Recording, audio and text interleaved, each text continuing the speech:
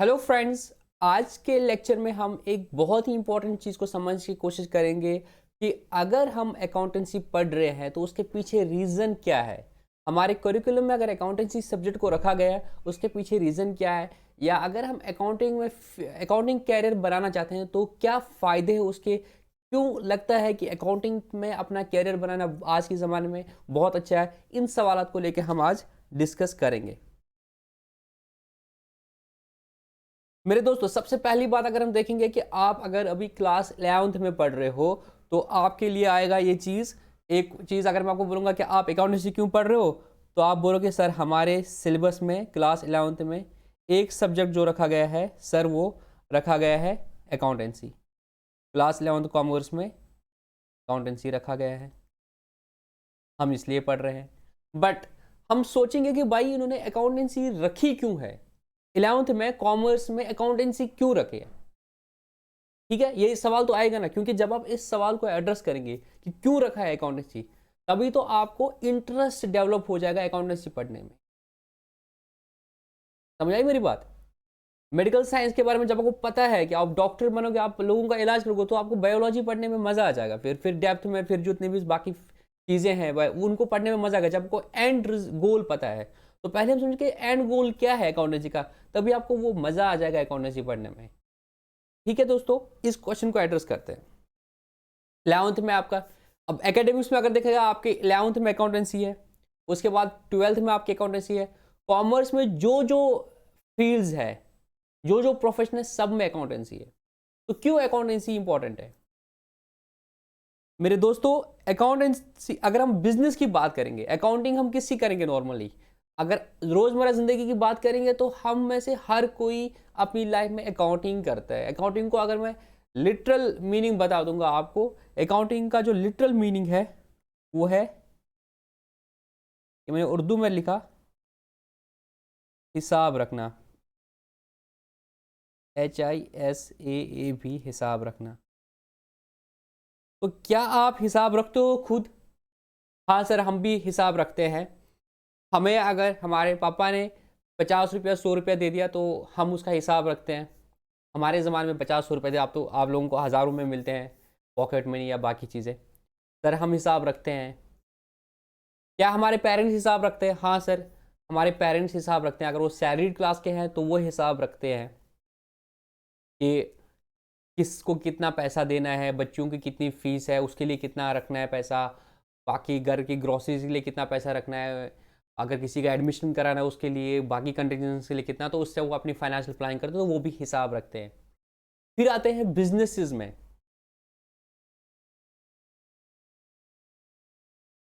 Businesses में जो business होते हैं, कॉमर्स में आपको अपेरेंटली जो फील आता है कि आप एक बिजनेस लाइन में जा रहे हो। मेडिकल साइंस में फील आता है, अगर आपने बायोलॉजी ये सब लिया तो आपको डॉक्टरी फील्ड में जा रहे हो, है ना। इंजीनियरिंग, नॉन मेडिकल तो आप इंजीनियरिंग फील्ड में जाते हो, तो आपका फिजिक्स, ये सब चीज़ें, बिल्डिंग्स, इन सब चीज़ के बारे में, इलेक्ट्रॉनिक्स के बारे में इंटरेस्ट बढ़ता है। कॉमर्स जब आप लेते हो तो फील आता है कि हम बिजनेस लाइन में जा रहे हैं। हम बिजनेसेस जो है, शायद हम कॉमर्स स्टूडेंट के बाद हमें बिजनेस का आइडिया मिल जाएगा कि बिजनेस कैसे करना है, क्या चीज़ करना है। उसमें एक इंपॉर्टेंट सिलेबस सब्जेक्ट है अकाउंटेंसी, कि इस बिजनेस का हिसाब कैसे रखा जाएगा, इस बिजनेस में हमारा फायदा हुआ या नुकसान हुआ, वो हम कैसे आइडेंटिफाई करेंगे जब हम इस बिजनेस का हिसाब रखेंगे। तो जहां आप कॉमर्स में बाकी सब्जेक्ट्स में कुछ और बिजनेस के बारे में सोचोगे, बिजनेस स्टडीज में आपको बिजनेस के बारे में कि कैसे बिजनेस फॉर्म होते हैं, बहुत सारी चीज़ें जो आपको आ जाएंगे। और एंटरप्रेन्योरशिप में नए नए बिजनेस के बारे में, इकोनॉमिक्स के बारे में आपको पता चल जाएगा। इसी तरह से अकाउंटेंसी में आपको बिजनेस में का जो हिसाब रखेंगे हम, उसके बारे में आपको नॉलेज मिलेगी। क्योंकि किसी भी बिजनेस के लिए ये बहुत इंपॉर्टेंट है कि उसमें जो पैसा लगा है उसका हिसाब रखा जाए। बिजनेस में बिजनेस का ओवरऑल हिसाब रखा जाए कि ये बिजनेस फायदा दे रही है कि इसका नुकसान ही हो रहा है। वो कब पता चलेगा? जब आप इसका हिसाब करोगे। आप खुद भी करते हो बिजनेस मेरे दोस्तों। अगर आप में से मतलब आपके इर्द गिर्द जो लोग हैं, अगर वो बिजनेस करते हैं तो वो लोग भी हिसाब रखते हैं।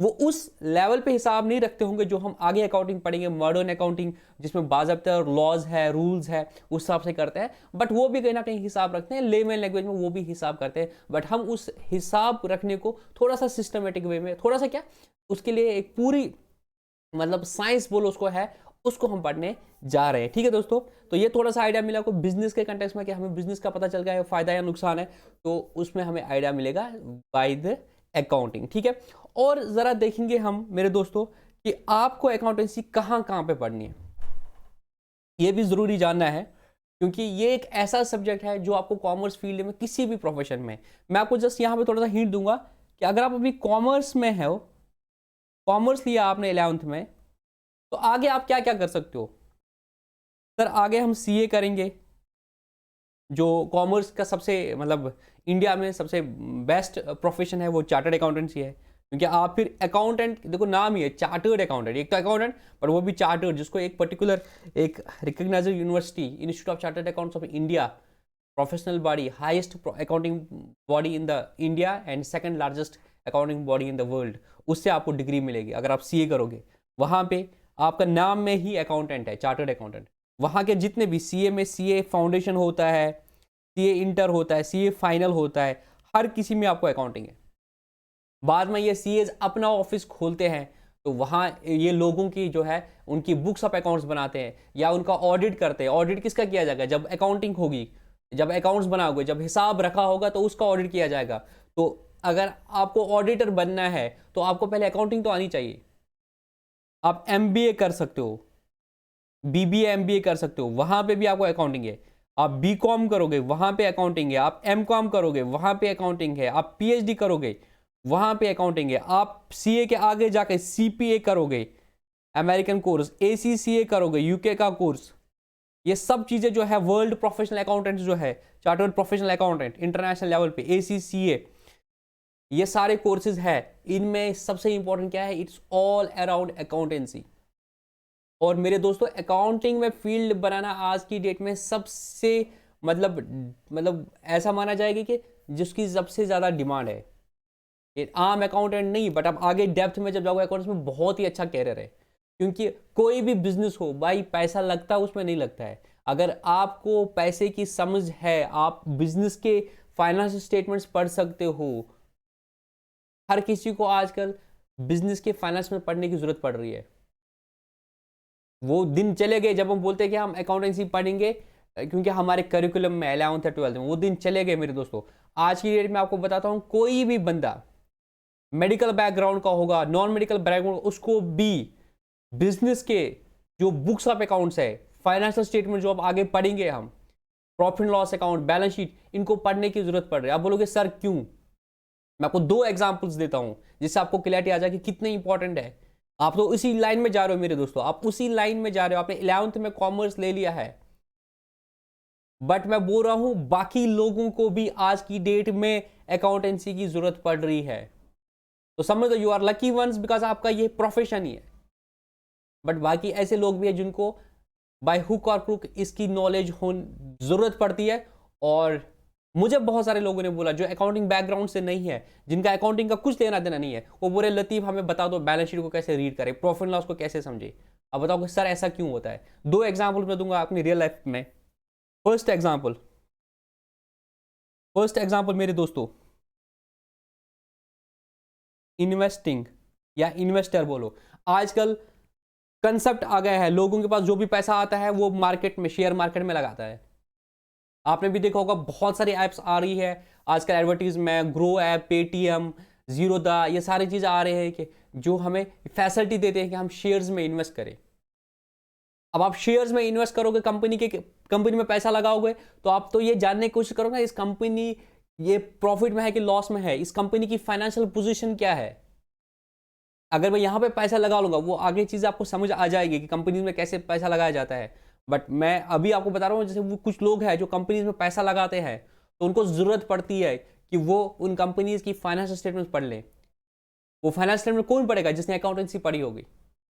ये एक है। अदर देन मैं बोल रहा हूं वो जिनका कॉमर्स का कोई लेना देना नहीं है, वो भी। और आजकल इंडिया में तो 10% लोग, शायद 10% में मैं ज्यादा बोल रहा हूं, लोग इन्वेस्ट कर रहे हैं शेयर मार्केट में, शायद 4-5% है। जबकि अमेरिका में 50% पॉपुलेशन शेयर मार्केट में पैसा लगाती है। तो इंडिया में भी ये ट्रेंड बहुत जल्दी हाईली बढ़ने वाला है। जिस तरह से आप इतनी एप्स आ गई है जो प्लेटफॉर्म्स दे रहे हैं आपको ट्रेडिंग के, ऑलमोस्ट मुफ्त के प्लेटफॉर्म्स आपको दे रहे हैं, तो इंडिया में भी ये बहुत चीज़ होने वाला है, रिटेल इन्वेस्टर्स बहुत सारे जा रहे हैं। आज देखो आप कंपनीज के जो आईपीओज होते हैं उसमें कितने परसेंट लोग लगाते हैं पैसा, 20-20, 50-50, 100-100% ज़्यादा सब्सक्राइब होता है। वो आप आगे पढ़ोगे, अगर आप अभी जस्ट 10th से 11th में आ गए हो तो हो सकता है आपको ये चीज़ें नहीं आ रही हैं, घबराने की बात नहीं, आपको समझ आ जाएंगे आज तक ये आईपीओज ये सब कुछ क्या होते हैं। दूसरा मैं आपको बताता हूँ रियल लाइफ में दूसरी एग्जाम्पल। मैं जिस कंपनी में जॉब करता हूँ हमारे पास एक परचेज डिपार्टमेंट होता है। कल को आप कोई इंजीनियर भी ना उसको भी जरूरत पड़ती है। परचेज डिपार्टमेंट हमारा जो होता है ना, जैसे हमने रिफाइनरी बनानी है तो वहां पे कोई आइटम लाना है, जैसे हमारे पास रिफॉर्मर्स होते हैं, रिफॉर्मर पैकेज होते हैं, ठीक है, बहुत सारे मतलब इक्विपमेंट्स होते हैं जो हमें चाहिए। उसके लिए हम टेंडर फ्लो करते हैं, कंपनी में टेंडर फ्लोट करते हैं। तो एक तरीके का टेंडर होता है, उसको बोलते हैं ओपन टेंडर, जिसमें हम सब लोगों को बोले कि भाई हमें ये चीज खरीदनी है, आप अगर ये चीज दे पाते होंगे तो आप दे दो। उसमें एक चीज जो उससे मंगाते हैं कि आपकी फाइनेंशियल पोजीशन क्या है, आपकी नेटवर्थ क्या है, आपका प्रॉफिट एंड लॉस अकाउंट दे दो, आपके नेगेटिव लॉसेज तो नहीं है आपके, नेगेटिव प्रॉफिट तो नहीं है आपके, आपकी बैलेंस शीट दे दो। अब जो हमारा परचेज डिपार्टमेंट है वो तो इंजीनियर है, उसको भी तो ये कमर्शियल चीजें चेक करनी पड़ती है, ये बैलेंस शीट, इसका प्रॉफिट एंड लॉस, इसका प्रॉफिट है कि नहीं है, इसकी नेटवर्थ कितनी है, नेटवर्थ कैसे करेंगे, शेयर कैपिटल प्लस रिजर्व, वो सारी चीजें, या इंडिविजुअल है तो उसकी कैपिटल और कोई रिजर्व है, ये सारी चीजें। तो ये तो फाइनेंस की टर्म्स है, ये तो अकाउंटिंग की टर्म्स है। उस बेचारे को जो इंजीनियर है एनआईटी या आईआईटी से, उसको भी इसकी जरूरत पड़ रही है। तो आज की डेट में हर बंदे को अकाउंटेंसी की जरूरत पड़ रही है, जिसको भी पैसे में डील करना पड़ रहा है उसको अकाउंटिंग की जरूरत पड़ रही है। अब मेरे दोस्तों मुझे बताओ कितने लोग हैं जिनको पैसे में डील करना पड़ता है? 100% ऑफ द पॉपुलेशन आज की डेट में ऐसी है जिनको पैसे में डील करना पड़ता है। पहले तो यही चीज था ना कि 50% ऑफ पॉपुलेशन तो पैसे के साथ डील ही नहीं करती थी, पर आज तो वो भी, हमारी जो फीमेल्स की परसेंटेज है उनको तो पहले था ही नहीं ये चीज फाइनेंस के बारे में। तो मर्द कमाने जाता था तो औरतें नॉर्मली घर में होती थी। अब वो 50% पॉपुलेशन भी है, प्लस अपनी जो मर्दों की पॉपुलेशन थी, सब फाइनेंस में इन्वॉल्व हो रहे हैं। तो सबको अकाउंटिंग की जरूरत है, चाहे आपका ये प्रोफेशन या नहीं है, बट आपको अकाउंटिंग की जरूरत है। तो मेरे दोस्तों, you are the lucky ones जो इसको कोर्स को ले गए हैं, क्योंकि अदर देन दैट भी आपको इस चीज की जरूरत पड़ रही है, और आप तो इसी में कैरियर बनाओगे, अच्छा सा कैरियर बनाओगे, चार्टर्ड अकाउंटेंट बनोगे तो लोगों के पैसों का हिसाब रखोगे, बिजनेस की अकाउंटिंग करोगे, वहां से पैसा कमाओगे, उनके अकाउंट्स का ऑडिट करोगे, वहां से पैसा कमाओगे। उसके बेसिस पे फिर उन अकाउंट्स के पास में टैक्सेस होते हैं, टैक्सेस देने पड़ते हैं। जिस देश में आप रहते हो वहां के लॉ के हिसाब से आपको टैक्स देने पड़ते हैं, तो उसके लिए भी आपको अकाउंटिंग करनी पड़ती है। तो आप फिर टैक्स भी पढ़ोगे साथ में, तो उनकी टैक्स कंसल्टेंसी भी दोगे। तो ये मैंने एक चीज थोड़ा सा आपको जहन में डालने की कोशिश करी। प्लीज, ये अकाउंटिंग ऐसा नहीं है कि एक सब्जेक्ट है जिसको हमने पास करना है, नोट्स वोट से पास नहीं करना है, नोट्स जला दो अगर किसी फैकल्टी के आपके पास है। बट अकाउंटेंसी को एक ऐसी चीज समझ लो कि एक इंटरेस्टिंग सब्जेक्ट है, हम इसको बहुत आसानी से बहुत अच्छे से करने वाले हैं, आपको बहुत मजा आ जाएगा। तो आप लोगों को क्या करना है, ये चीज जहन में डालनी है, भाई इस अकाउंटेंसी को तो हमने सीखना है, हमें चैंपियन बनना है इस अकाउंटेंसी का। जैसे आज की डेट में हम देखते हैं मेरे दोस्तों कि कुछ भी होता है, क्रिकेट के रूल बच्चे बच्चे को पता है, नो बॉल कब होती है, क्रीज किसको बिलोंग करती है, अंपायर को, कि बैट्समैन को जब आउट होता है, या नो बॉल कब होती है, ये सारी चीजें पता होती है आजकल। बूढ़े बुजुर्गों सबको पता चल रहा है, औरतों को भी आजकल पता चल रहा है क्रिकेट के बारे में। इस तरीके से आपको अकाउंटेंसी के बारे में पता नहीं, वो पैशन लाओ अपने में, जैसे क्रिकेट और बाकी चीज के लिए पैशन लाते हो, अकाउंटेंसी के लिए पैशन लाओ कि मुझे हर दिन सीखना है। जैसे ब्लड में मैं बोलता हूँ आरबीसीज और डब्ल्यूबीसीज और प्लेटलेट्स होते हैं। आप जो कॉमर्स लेना चाहते हो, आपके ब्लड में पता क्या होना चाहिए, अकाउंटिंग के रूल्स, डेबिट क्रेडिट, ये होना चाहिए। वहाँ का टेस्ट करेंगे, आरबीसी से ज़्यादा आपको डेबिट क्रेडिट का नॉलेज होना चाहिए वहाँ पे, ठीक है। जैसे मैंने यहाँ पे एक स्टडी रखी है, इसको मैं रीड करता हूँ। Jobs in accounts are popular for civil reasons according to the bureau of the labour statistics, ये यूएस की है। Accountants in the US earn a median annual salary of $70,500, nearly double the median range of all occupation nationwide. जितने भी बाकी occupation है, doctor, engineer, वो सारी चीज, उनसे ऑलमोस्ट डबल अकाउंटेंट कमाते हैं। यही अमेरिका का हाल है मेरे दोस्तों। हम लोगों ने क्या समझा है, एक सिंपल बीकॉम करते हैं और फिर नौकरी ढूंढते हैं, कहीं मिल जाए नहीं मिल जाए। क्यों नहीं मिलती नौकरी? बिकॉज अकाउंटेंसी को उस तरीके से पढ़ाया ही नहीं होता है। घर से बाहर जाना कभी सोचा ही नहीं होता कि हम घर से भी बाहर जाके कमाएंगे। अकाउंटेंसी में हर बंदे को आज की डेट में जॉब मिलेगी, बट अगर उसने वैसे अकाउंटिंग पढ़ी होगी। The BLS also notes above average growth projections for accounting jobs 10% between 2016 and 2016 with 1.5 million employment in 2026. There's a misconception that accounting is boring, but in reality the field offers a range of interesting career choices. Certified public accountant जो US में ऐसे होता है, जो globally accountants होते हैं, India में उसके बरक से chartered accounts often operate their own businesses as CAs. अगर आप देखोगे, आप अपना बिजनेस खोल सकते हो, अपनी प्रैक्टिस कर सकते हो and provide financial and tax related service to organisation and individual clients. अब अभी अकाउंटेंसी में पढ़ोगे, अकाउंटिंग में सिर्फ फाइनेंशियल अकाउंटिंग नहीं होती, हम पढ़ेंगे आगे branch of accounting, management accounting, forensic accounting, human resource accounting, बहुत सारी किस्म की अकाउंटिंग आ गई। और कुछ रीजन मैंने यहाँ पे लिखी है क्यों अकाउंटिंग जरूरी है। एक तो मैंने आपको बताया करिकुलम वाइज हर मतलब आगे आप जितने भी जाओगे 11th 12th, अगर बीकॉम करोगे, एमकॉम के बाद एमकॉम, सीए करोगे, चार्टर्ड अकाउंटेंसी, सीएस करोगे या सीएमए करोगे, ये तीन मैंने बड़े प्रोफेशन है इंडिया में। Company secretary, cost and management accountant या चार्टर्ड अकाउंटेंट, सबसे ज़्यादा डिमांड में चार्टर्ड अकाउंट्स है। उसके बाद आप बीबीए एमबीए करोगे या फिर सीएफए करोगे, सीपीए करोगे, एसीसीए करोगे, हर किसी में आपको अकाउंटेंसी पढ़नी पड़ेगी। हर इंडस्ट्री में अकाउंटिंग की जरूरत है।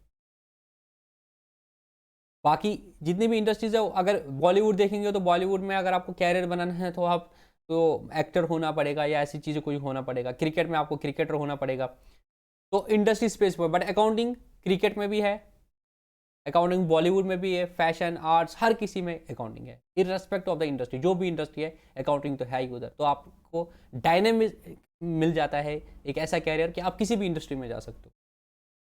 और अकाउंटिंग कीप्स बिजनेस ऑर्गेनाइज। जब पता है बिजनेस में पैसा लगा हुआ है तो उस पैसे का हिसाब कितना इंपॉर्टेंट होता है।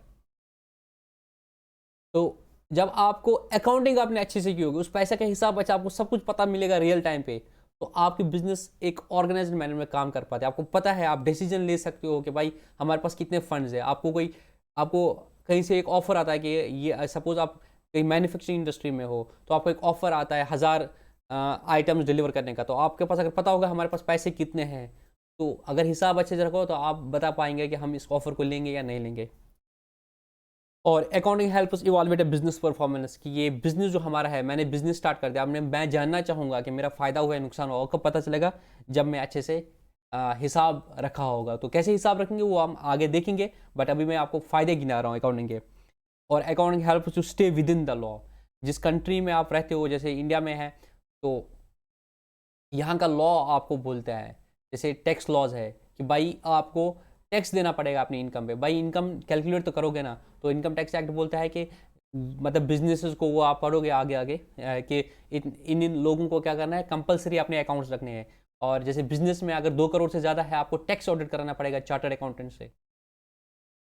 तो आपको उसके लिए तो बुक्स ऑफ अकाउंट्स तो मेंटेन करना ही करना है ना, वो हिसाब रखना ही रखना है। तो बाय हुक और क्रुक आप लोन लेने जाते हो बैंक में बिजनेस के लिए, तो बोलते हैं आप अपनी बैलेंस शीट लाओ, अपना प्रॉफिट लॉस, फिर आप सीए के पास जाते हो, बैलेंस शीट प्रॉफिट। तो आपके पास अगर अकाउंटिंग होगी तो आपको तभी तो लोन मिलेगा। तो लॉज ऑफ द लैंड में आप तभी रह पाओगे जब आप अकाउंटिंग करोगे। और बजटिंग आप कर सकते हो, फ्यूचर प्रोजेक्शंस कर सकते हो, वही कि हम आगे कितना कंपनी को बढ़ा सकते हैं, हमारे पास कितने फंड्स है, वो सारी चीज़ें, हमारी सेल्स कैसे हो गई है इतने सालों में, ट्रेंड एनालिसिस करके हम कितना और आगे बढ़ेंगे, कितने फंड्स की जरूरत पड़ेगी, कितना लोन चाहिए, वो सारी चीज़ आप तभी कर सकते हो जब अपने अच्छी अकाउंटिंग करिए। और एक तो होता है कि फिर ऑडिट कराना होता है, बट अगर आपने अच्छी अकाउंटिंग की होगी, आपको पूरा पैसे का हिसाब रखना है, तो जो एक खतरा हो सकता है कि चोरियां हो सकती है आपके बिजनेस में, अगर आपने अकाउंटिंग अच्छे से नहीं करी हो तो आपका कैशियर तो हो सकता है वो, और 1-2 बंदे मिलकर लूट लेंगे कंपनी को। आपको पता ही नहीं चलेगा कि पैसा कहाँ से आया, कब सेल होगी, किसने ली की था सेल। पर जब आप उनको बोलोगे कि पूरी अकाउंटिंग रखेंगे, सपोज आपने कहीं पर बिजनेस स्टार्ट कर दिया है और आप कहीं और हो, अगर हिसाब नहीं रखा है कि कितनी शेयर्स थी, उसने कितनी बेची, तो आपको समझ नहीं आएगा वो क्या कर रहा है। बट अगर आपने पूरा हिसाब रखा था कि हमने कितनी शेयर्स लाई, और बाद में देखोगे कि भाई कितनी शेयर्स बची है, तो बेची कितनी, उनका प्रॉफिट कितना, वो कब होगा? जब आपने अच्छी अकाउंटिंग की होगी। और उस सब से करने से क्या होगा, आपकी जो डिसीजन मेकिंग है वो बढ़ जाएगी। वही मैंने एग्जांपल दिया था, आपके पास ऑफर आया कि 1000 आइटम डिलीवर करो, अगर आपने अच्छी अकाउंटिंग की होगी आपको पता होगा कि हाँ हमारे पास कैपेबिलिटी है अभी कि हम इतना आइटम डिलीवर कर सकते हैं, हमारे पास कितना माल बचा हुआ है, ये तो क्वांटिटी में हो गया, या हमारे पास पैसे पैसे कितने कितने पैसे चाहिए, वो इवैल्यूएशन करके आप अच्छी डिसीजन मेकिंग कर सकते हो।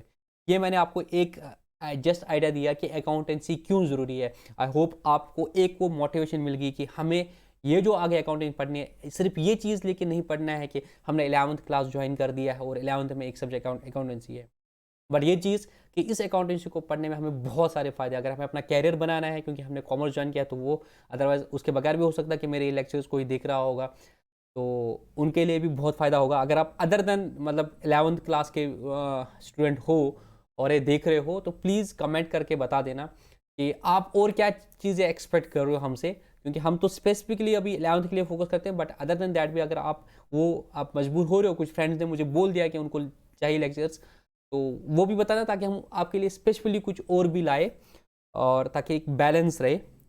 बाकी ये तो आज के लेक्चर में मैंने सिर्फ आपको हिंट दे दी कि अकाउंटेंसी क्यों इंपॉर्टेंट है। अब जो हमारा मेन लेक्चर होने वाला है that is introduction to accounting, वो हमारा जो नेक्स्ट लेक्चर होगा वो हमारा मेनली सिलेबस के हिसाब से लेक्चर नंबर 1 होगा।